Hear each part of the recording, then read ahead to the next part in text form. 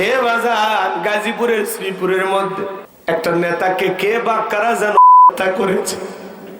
তার একটা 7-8 বছরের মেয়ে আছে।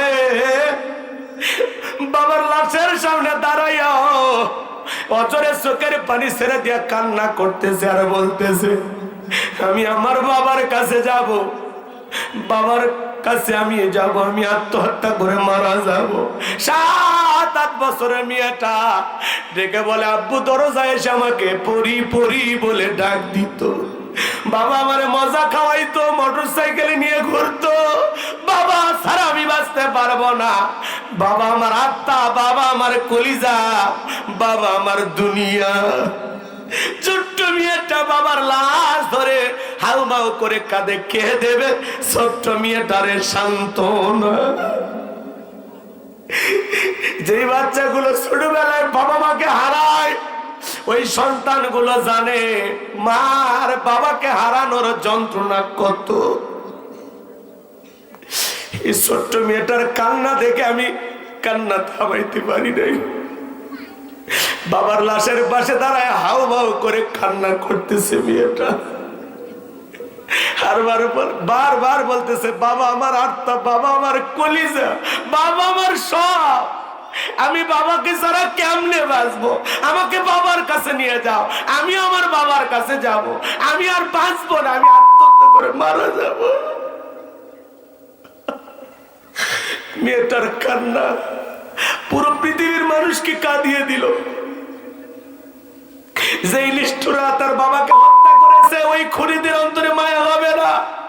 তোমরা যারা মানুষকে হত্যা করো, যারে খুন করছো, যাও তার বাড়ির দুয়ারে যায় দেখো, তার স্ত্রী স্বামীকে হারায়া কাটা কবুতরের মতো ছটফট করে, তার শিশুগুলো বাবার জন্য আহাজারি করে, আর্তনাদ করে। যারা মানুষ হয়ে মানুষ হত্যা করে, এরা পশু, কথা বলে ঠিক না? তুমি যদি কাউরে হত্যা করো, মনে রাখবা একদিন তোমাকেও হত্যা হতে হবে, তুমি বাঁচবা না। আজকে মেয়েটা অঝরে কান্না করতেছে। আমার ভাই,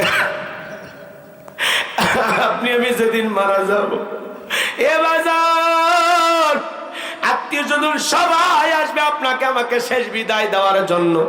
দামি বাড়ি বানাইছেন, বিল্ডিং বানাইছেন, দামি ওয়াশরুমটা বানাইছেন, জীবনের শেষ গোসল ওই চাইনা টাইলস দিয়ে বানানো ওয়াশরুমে হবে না।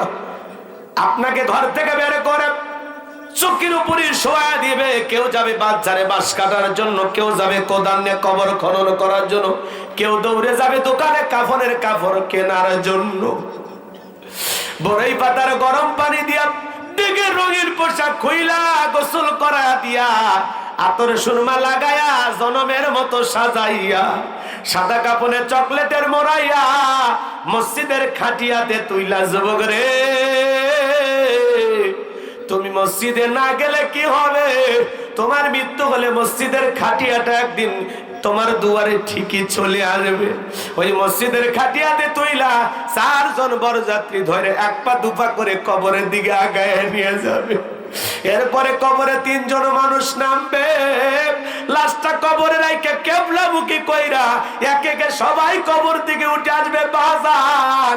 এরপরে বাঁশগুলো কবরের উপরে বিছায়া দিবে, ছাটাই পেরে কবরে মাটি দিয়া দেবে, দিয়া সবাই যখন বাড়ি থেকে রওনা করবে, কবরে থাকা ব্যক্তি তাদের পায়ের আওয়াজ শুনতে পেয়ে চিৎকার মেরে ডেকে বলবে, আমাকে একা রাইখা যাও না, আমাকে সঙ্গে নিয়ে যাও। কবরে থাকা ব্যক্তির চিৎকার দুনিয়ার কেউ শুনতে পাবে না। আমার নবী বলেন যে কবরে চলে গেল তার চাইতে অসহায় আর কেউ নাই। আল্লাহ রাসূল বলেন, ক্বালা রাসূলুল্লাহি সাল্লাল্লাহু আলাইহি ওয়াসাল্লাম, ইন্নামাল কুবুরু রাউযাতুম মিন রিয়াদিল জান্নাহ আও হুফরাতুম মিন হুফারিন নার। রাহু তিরমিজি। আমার নবীজি ডেকে বলেন, যে ব্যক্তির আমল ভালো, মৃত্যুর সঙ্গে সঙ্গে আল্লাহ তাআলা তার কবরটাকে জান্নাতের বাগান বানিয়ে দিবেন। বলুন সুবহানাল্লাহ। আর যে ব্যক্তির আমল খারাপ, ও হুফরাতুম মিন হুফারিন নার, তার কবরটা হয়ে যাবে জাহান্নামের আগুনের গর্ত। একবার যদি কারো কবর জাহান্নামের আগুনের গর্ত হয়ে যায়, একবার যদি কেউ গুনাহ নিয়ে কবরে যায়, ওই কবরের ডানের মাটি বামে চলে যাবে, বামের মাটি ডানে চলে যাবে। এমন জোরে সাপ দেবে বাজার, এক পাজরের হাড় অন্য পাজরে ঢুকে যাবে। কবরে থাকা বিষাক্ত সাপ সবল মারবে। অন্ধ ফেরেশতা আছে, চোখে থাকে না, কানে শোনে না, হাতুড়ি দিয়ে বাড়াইতে থাকবে। ওই কবর বড় কঠিন জায়গা। নবীর প্রিয় সাহাবী হযরত ওসমান রাদিয়াল্লাহু তাআলা আনহু কবর দেখে বছরে কান্না করতেন। সাহাবীরা বলতেন, ভাই ওসমান, আপনি কবর দেখে কেন কান্না করেন? হযরত ওসমান বলে, এই কবর হলো প্রত্যেকটা মানুষের প্রথম মঞ্জিল, প্রথম ঘাঁটি, প্রথম স্টেশন।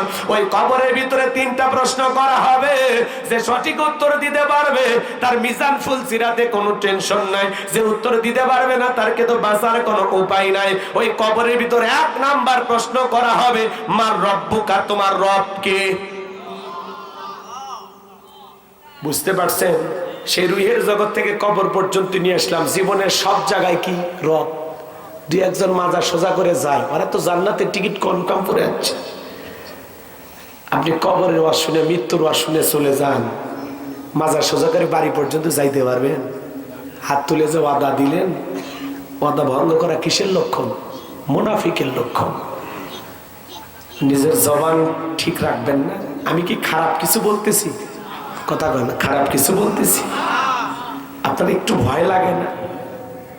আপনি মরবেন না?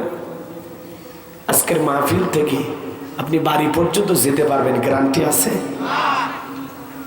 এই দুনিয়া তো থাকার যায় না, কেউ থাকবে না। আপনার কবরের বাঁশটা পচার আগে আপনার লাশটা পচে যাবে। যে মাটির উপরে দাঁড়ায় আছে, এই মাটি একদিন খেয়ে ফেলে দেবে, চাপ দেবে। কবর সে কত কঠিন জায়গা, কত ভয়ঙ্কর জায়গা, না গেলে টের পাবেন না, আর গিয়ে টের পেয়ে ফিরে আসবেন না। যারা কবরে চলে গেছে, আবার একটা সেজদা দেওয়ার জন্য আফসোস করতেছে, একবার সুবহানাল্লাহ পড়ার জন্য আফসোস করতেছে, মালিকের ইবাদত করার জন্য বলতেছে, আল্লাহ একটা বার দুনিয়ায় পাঠাও, এইবার তোমার গোলামি ছাড়া আর অন্য কোনো কাজ করব না, একবার পাঠাও। কিন্তু কেউ কি ফিরে আসছে? দ্বিতীয়বার আসার কোনো চান্স আছে?